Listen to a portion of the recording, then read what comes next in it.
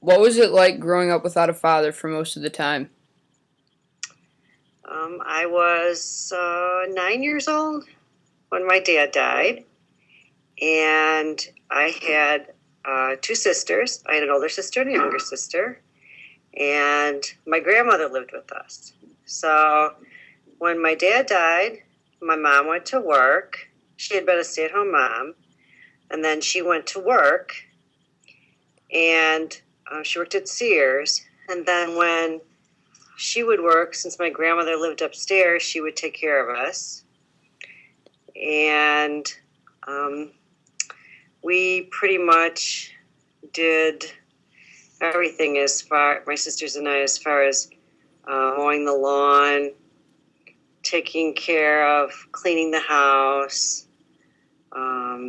After my dad died, I remember we had a big car. We had like an Impala or something. And after my dad died, my mom traded in the car and got a little Chevy Nova because it was littler and probably better on gas. But she didn't want to drive that big car. She didn't like driving a big car. She liked a little car. So she went to that. And we had the one car. And so my sister, because we had the one car, my mom was always a little nervous, being on her own.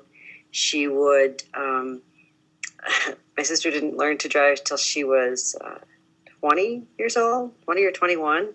And I think she finally had to take lessons from a driving school because my mom was too nervous to take her all the time. So all those things like maybe a dad would have done, my mom had to do. So Karen didn't drive till she was older.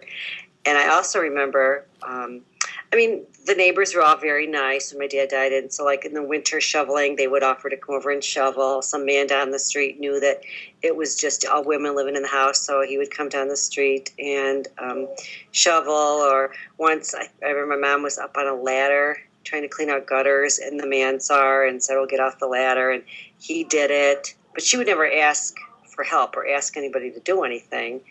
So she would always try to do it herself. And since she worked at Sears, if she needed something done, she might go ask people like in the hardware department or whatever, how they would do it, or what do you need, or, but she would always try to do it herself before she got somebody else to do it, or, maybe hired somebody to do it. But I don't remember that happening very often.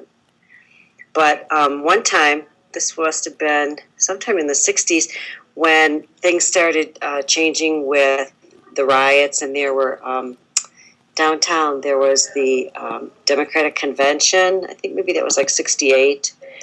And there were those riots, and then there was talk of people marching down Ogden Avenue, like through Brookfield or something. And so the man down the street, the man across the street came over and said that we should turn off the lights and pretend like we're not home to be safe. So he would, he told us that. So we sat in the dark for the longest time. And I don't think anybody ever came by, or I never heard of anything on the news. But so that was kind of weird. I remember that.